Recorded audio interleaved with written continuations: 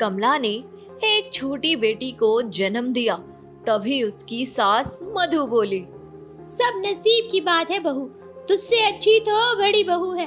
उसने पहले बच्चे के रूप में लड़के को जन्मा, एक तरफ तू है जिसने लड़की दे दी। हाय, भाग ही फूट गए सच में। बस कीजिए माँ जी।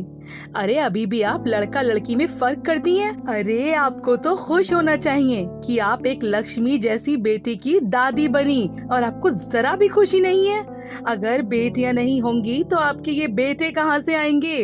मधु हमेशा कमला को इसी तरह से ताने दिया करती थी, लेकिन वो अपनी सास को जवाब नहीं दे पाती थी, जिसका उसकी सास नाजायज फायदा उठाया करती थी। कमला का पति फैक्ट्री में काम करता था।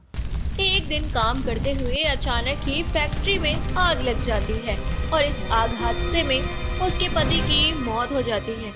यह खबर जैसे ही उसकी सास को पता चलती है तो वह सदमे में पहुंच जाती है। तभी मधु बोलती है, भगवान, तूने ये क्या किया? मेरा बेटा चला गया, मेरा तो बुढ़ापा है, मैं तो अपने बेटे के साथ काट लूंगी। मगर कमला अपनी बेटी को लेकर कहाँ जाएगी भरी जवानी में? उसे विधवा बना दिया। कमला, मेरे बेटे की मौत का कारण तेरी ये मनहूस बेटी है।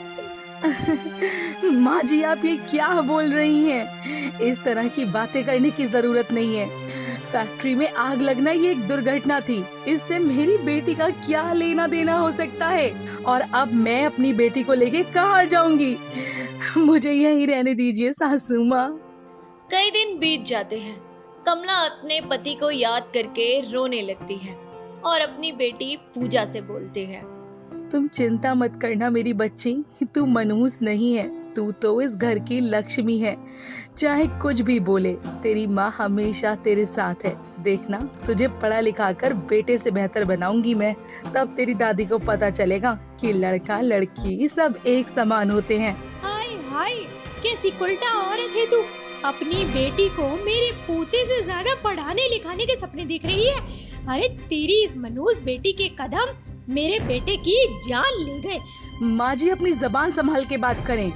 अगर आपको ये मनहूस लगती है ना, तो मैं इसे यहाँ से लेकर अभी चली जाती हूँ। मैं अपनी बेटी की परवरिश ऐसे घर में बिल्कुल नहीं कर सकती जहाँ उसे लड़कों से कम आका जाए।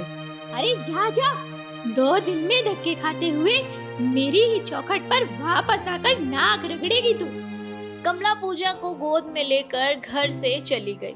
वह घर से बाहर आई, लेकिन उसे ये नहीं पता था कि अब उसको कहाँ जाना है।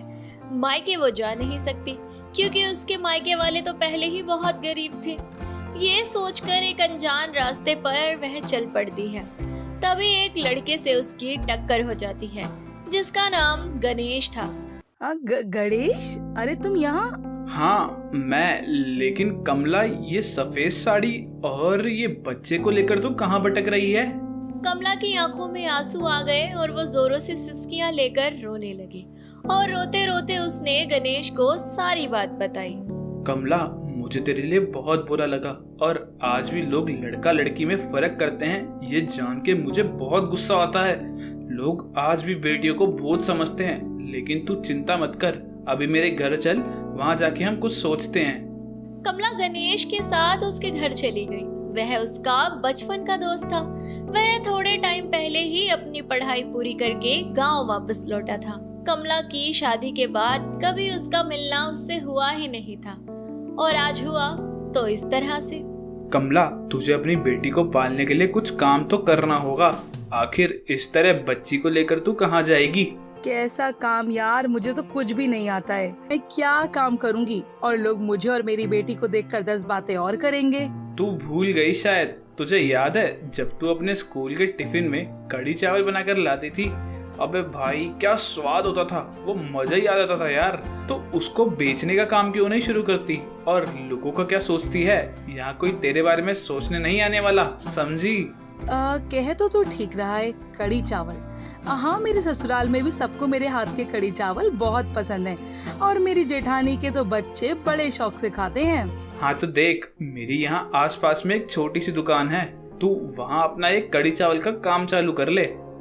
लेकिन मेरे पास कड़ी चावल का सामान लेने के लिए पैसे भी नहीं है। अभी तेरा काम चालू करने में फिलहाल तो मैं तेरी मदद करूंगा, लेकिन जब तेरे पास पैसे हो जाए तो तू मुझे लौटा दियो, और मुझे तेरे कड़ी चावल पे पूरा भरोसा है। गणेश, आज तूने मेरी बहुत मदद कर दी। अब तू देखना मैं कैसे तेरे भरोसे पे खरी उतरती हूँ। मैं कड़ी चावल बनाऊंगी और उसको बेच के अपनी बेटी की देखभाल भी करूंगी। अगले दिन कमला ने गणेश की मदद से कड़ी चावल बनाने का थोड़ा सामान खरीदा और अगली सुबह से गणेश की दुकान पर कड़ी चावल बनाकर बेचना शुरू कर दिया। ले लो कमला के कड़ी चावल पकौड़े वाली कड़ी। अरे ओ बासमती वाले चावल खा के मन खुश कर दे ऐसी कड़ी चावल। तभी कुछ ग्राहक उसके पास आते हैं और बोलते हैं, अरे वाह बहन जी, खुशबू तो बड़ी अच्छी आ रही है। क्या सा दिए कड़ी चावल? जी 20 की प्लेट है, साथ में रायता और पुदीने की चटनी भी है। अरे बहन जी, फिर तो एक प्लेट मुझे भी दे दो, और हाँ, थोड़ा नींबू अलग से डाल देना ऊपर से। कमला ने फटाफट कड़ी चावल की एक प्लेट उस आदमी को दे दी। कड़ी चावल खाकर वह आदमी बोला, अरे वाह, ऐसे कड़ी चावल तो पहली बार खाए मैंने। मेरे को तो लगा कि 20 रुपए में कड़ी चावल देती होगी, पता नहीं क्या ही स्वाद होगा, लेकिन तुमने तो बड़े बड़े होटल वालों के कड़ी चावल को पीछे कर दिया।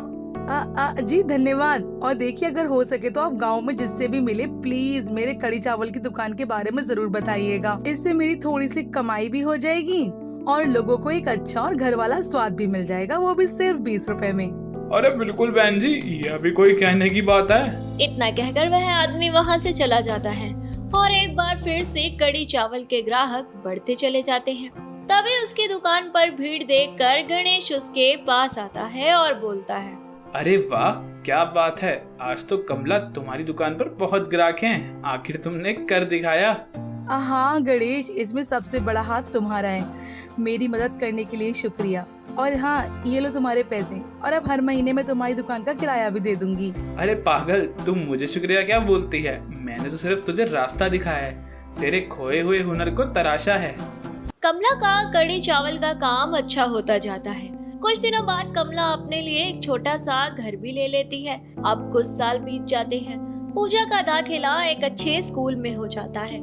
अब कमला के पास काफी समय और पैसा भी था। उसने अपनी दुकान को भी एक होटल में बदल दिया था। वहीं अपनी बेटी पूजा की आगे की पढ़ाई के लिए उसे अमेरिका भेज दिया था। तभी एक दिन कमला के घर का दरवाजा बजता है। रामू, देखो दरवाजे पर कौन आया है। मैडम, एक भिखारन है, खाने के लिए कुछ मांग रही है। रामू, जल्दी से उन्हें कुछ अच्छा सा खाना खिलाओ, और हाँ, उनको पहले पानी पिलाना।